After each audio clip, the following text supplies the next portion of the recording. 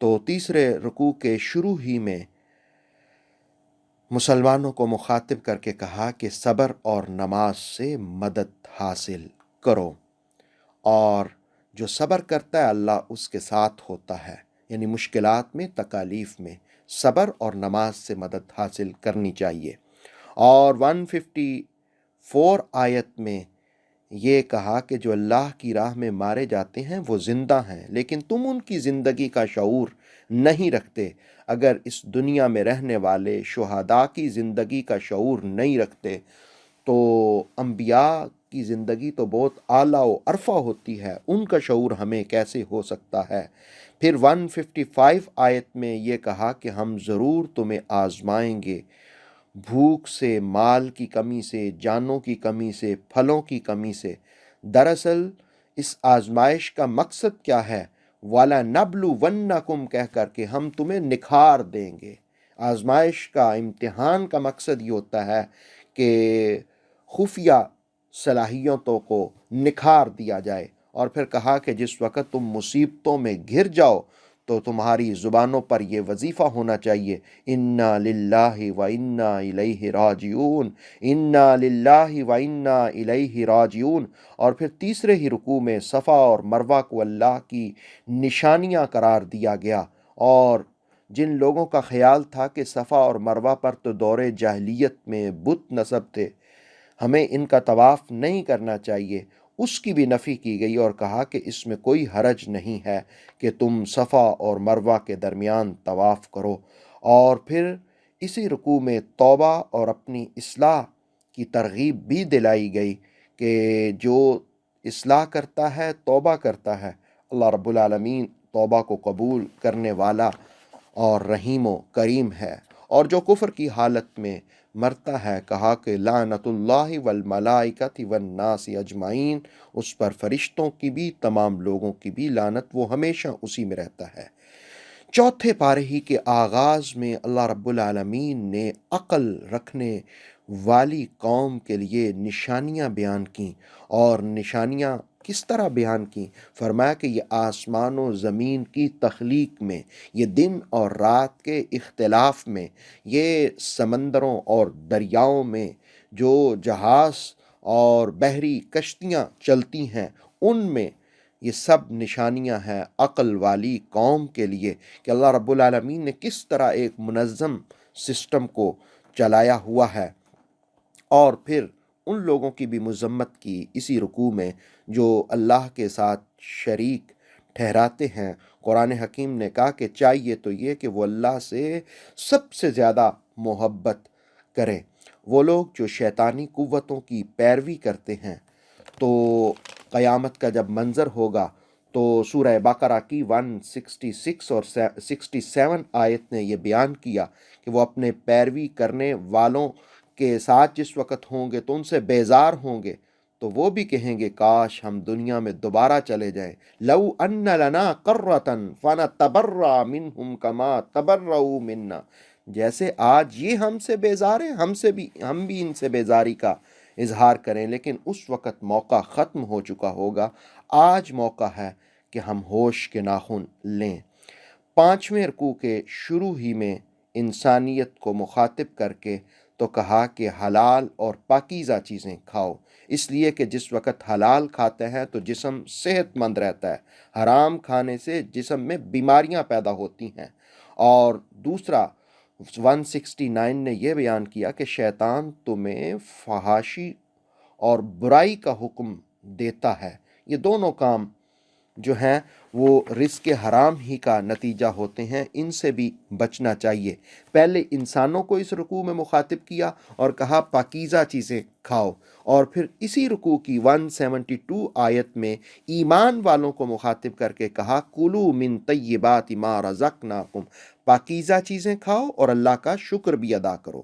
پھر اسی رکوع کی 173 آیت میں حرام چیزوں کو بھی بتایا کہ مردار بھی حرام ہے، خون بھی حرام ہے، لحم الخنزیر یعنی خنزیر کا گوشت بھی حرام ہے، وما اہل بہ لغیر اللہ، اللہ کے نام کے سوا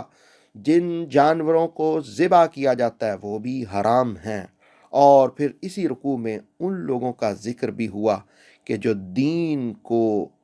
دین کی حقیقتوں کو دنیا کے مال کے لیے چھپا دیں، تو قرآن مجید نے ان کی 3 سزائیں 174 آیت میں بیان کیں کہ وہ اپنے پیٹوں میں آگ بھر رہے ہیں۔ وَلَا يُكَلِّمُهُمُ اللَّهُ يَوْمَ الْقِيَامَةِ، اللہ قیامت کے دن ان سے بات نہیں کرے گا، ان کا تزکیہ بھی نہیں کرے گا، اس لیے کہ انہوں نے آخرت کے بدلے دنیا خریدی۔ اس کے بعد چھٹے رکوع میں نیکی کا معیار بیان کیا۔ بعض لوگ سمجھتے تھے کہ مشرق و مغرب کی طرف رخ کرنا یہ نیکی ہے، قرآن نے کہا نہیں، اصل نیکی یہ ہے اللہ پر ایمان، آخرت پر ایمان، فرشتوں، کتابوں، نبیوں پر ایمان، اور اللہ کی محبت میں رشتہ داروں کو اپنا مال دینا، یتیموں کو مال دینا، مسکینوں کی مدد کرنا، مسافروں کی مدد کرنا، اور سوال کرنے والوں کو نوازنا، اور غلاموں کو آزاد کرنا، نماز قائم کرنا، زکوٰۃ دینا، وعدوں کی پاسداری کرنا، اور مشکل اور تکالیف میں بھی صبر کرنا، یہ سارے نیکی کے کام ہیں اور تقوی اختیار کرنے والے ان کو اختیار کرتے ہیں۔ پھر انسانیت کی بقا اور انسانیت کی قدروں کو زندہ رکھنے کے لیے قصاص کو بیان کیا، کہا الحر بالحر والعبد بالعبد والانثى بالانثى۔ جس وقت کسی قاتل کو پتہ ہو کہ مجھے اس کے بدلے میں قتل کیا جائے گا تو وہ کبھی کسی پر ہاتھ نہیں اٹھائے گا۔ قصاص کی حکمت کو بیان کیا قرآن نے، حیات یا اولی الالباب، اے اہل عقل اس میں تمہارے لیے زندگی ہے۔ اور پھر وصیت کا ذکر ہوا، اور پھر اس کے بعد جس وقت 7واں رکوع شروع ہوتا ہے تو 7ویں رکوع کے شروع میں 183 آیت میں کہا گیا کہ تم پر روزے فرض کیے گئے جیسے پہلی امتوں پر روزے فرض کیے گئے تھے۔ روزے کی حکمت بھی بیان کی کہ تاکہ تمہارے اندر تقوی پیدا ہو۔ ہاں، بیماروں کو اور مسافروں کو رخصت بھی دی گئی کہ وہ بیماری ٹھیک ہونے پر روزے رکھ لیں۔ مسافر جو ہیں وہ سفر کے بعد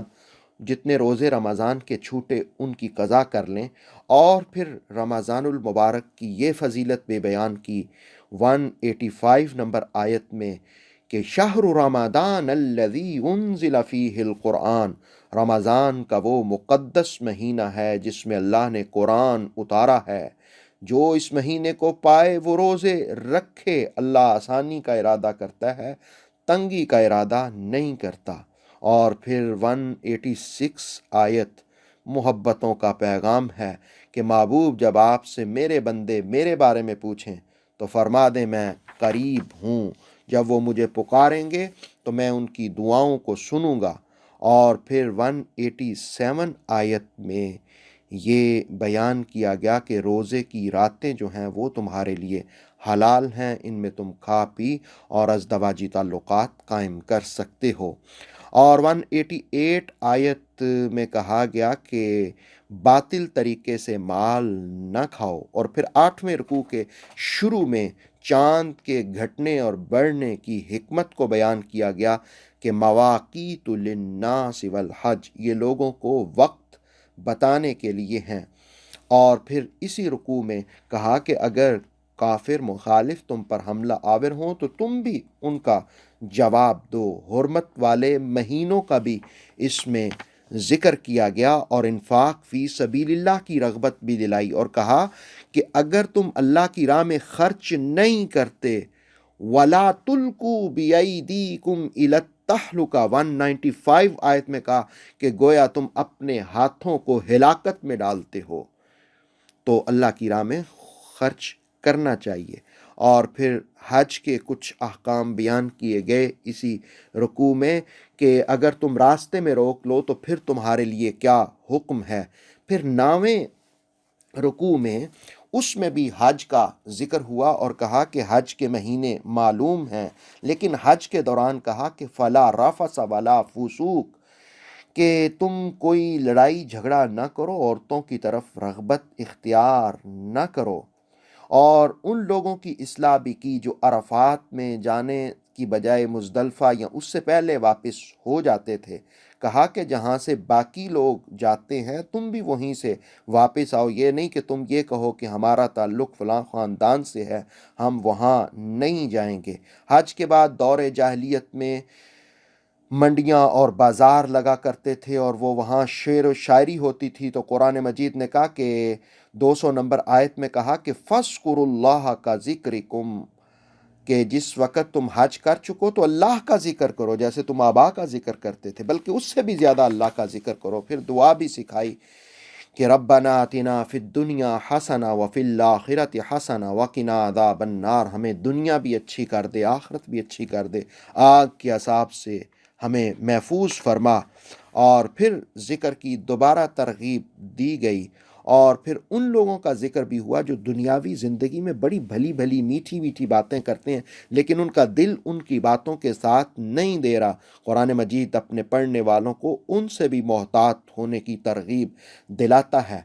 اور بعض لوگوں نے اپنا پوری دولت اور مال دے کر کے تو مدینہ شریف کوچ کر لیا تھا، تو قرآن مجید نے ان کے حق میں بھی یہ کہا کہ وَمِنَ النَّاسِ مَن يَشْرِي نَفْسَهُ ابْتِغَاءَ مَرْضَاتِ اللَّهِ،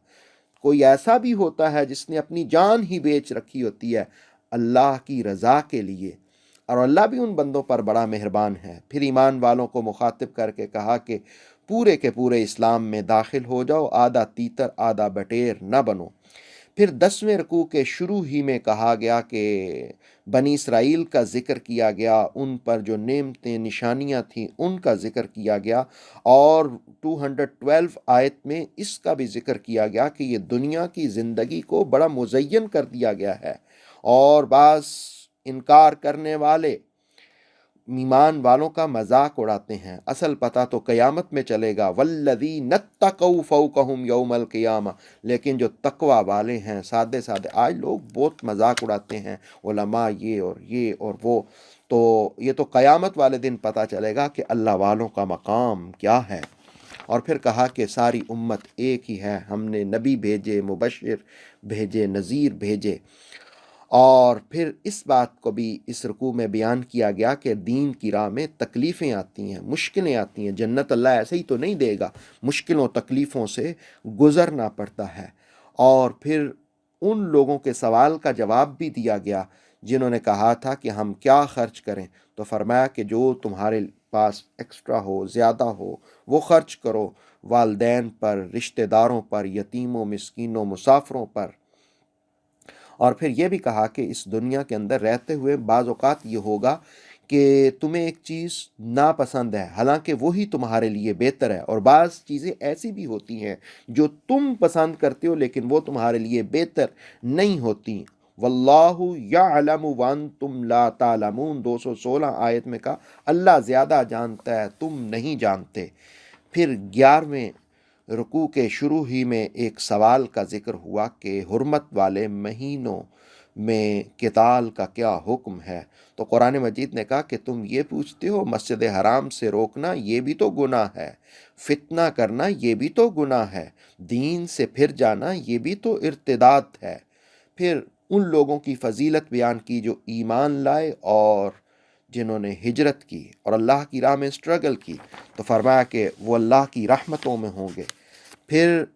اس سوال کا ذکر کیا یسألونک عن الخمر والمیسر، 219 نمبر آیت میں، کہ لوگ آپ سے شراب اور جوئے کے بارے میں پوچھتے ہیں، کہا کہ اس میں سخت گناہ ہے۔ اور پھر مشرکہ عورتوں سے نکاح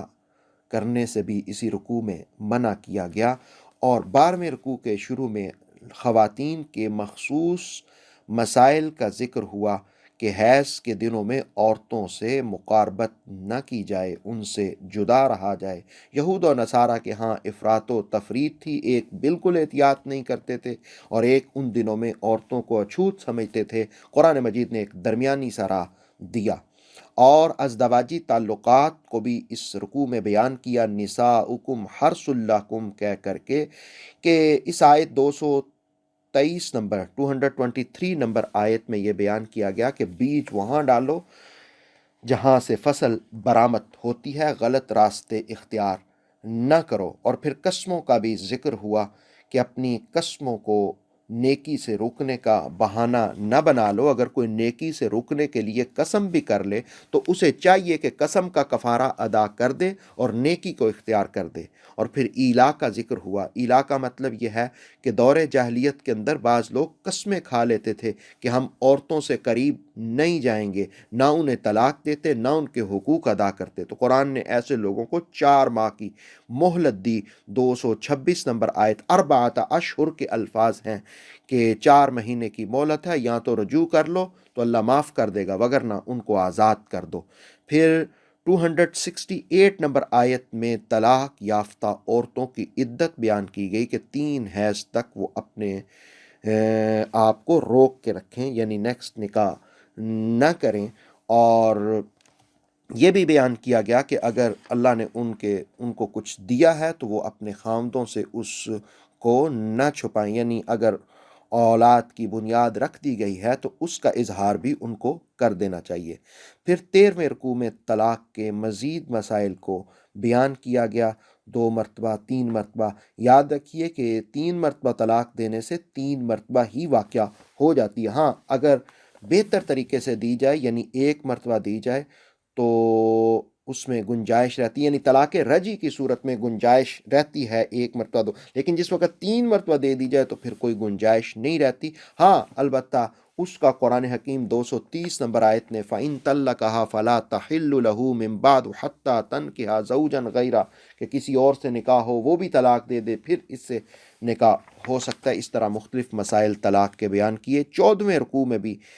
طلاق ہی کے مسائل بیان کیے، لیکن اس میں یہ کہا کہ طلاق کے بعد اگر دونوں کی باہمی رضامندی ہو تو وہ صلح بھی کر لیں، کچھ لوگ شامل ہو جائیں جو ان کے درمیان مفاہمت پیدا کر لیں۔ پھر بچے کی رضاعت کی عمر بیان کی کہ وہ اس کو 2 سال تک دودھ پلایا جائے، اور پھر یہ بھی کہا کہ اولاد کی وجہ سے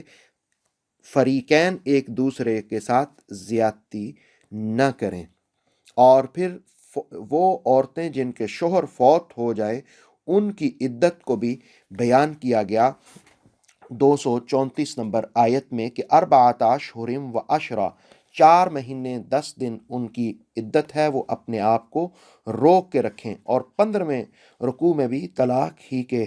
کچھ مسائل بیان کیے گئے کہ اگر کسی کا نکاح ہوا اور حق مہر مقرر نہیں ہوا تو حق مہر مقرر ہوئے بغیر اس نے طلاق دے دی، چھوا بھی نہیں، تو اس صورت میں بھی کچھ نہ کچھ اس کو ضرور دے دے۔ اور اگر نکاح ہوا اور حق مہر بھی مقرر ہوا تو ایسی صورت میں کہا کہ آدھا حق مہر تم دے دو، جب تم نے اس سے یعنی عورت کی رخصتی نہیں ہوئی تو پھر بھی تمہیں حق مہر دینا چاہیے۔ یہ مسائل بیان کرنے کے بعد قرآن مجید نے کہا کہ نمازوں کی بھی حفاظت کرو، خاص طور پر درمیانی نماز کی۔ اور پھر 16ویں رکوع کے شروع میں قرآن حکیم نے ایک اس بات کا ذکر کیا کہ اللہ کو کون قرض حسنہ دے گا، یعنی قرض حسنہ سے مراد ہے کہ اللہ کی راہ میں خرچ کرنا، اور جو اللہ کی راہ میں خرچ کرے گا فَيُضَاعِفَهُ لَهُ أَضْعَافًا كَثِيرًا، اللہ اس کو کئی گنا زیادہ اس کے بڑے ہوئے مال کو کر دے گا۔ اور پھر ایک ایسی قوم کا بھی ذکر ہوا کہ جنہوں نے اپنے نبی کو کہا تھا کہ ہمارے لیے سربراہ مقرر کریں تاکہ اس کی سربراہی میں ہم سٹرگل کریں، کوشش کریں، جہاد کریں۔ تو فرمایا کہ اگر تم سربراہ مقرر کر دیا تو تم ایسا نہیں کرو گے۔ پھر ان کے نبی نے کہا کہ اللہ تعالیٰ نے طالوت کو تمہارے لیے بادشاہ مقرر کیا ہے۔ یہ 247 میں بیان کیا کہ قد بعث لکم طالوت ملک، اللہ نے طالوت کو تمہارے لیے بادشاہ مقرر کیا ہے۔ تو طالوت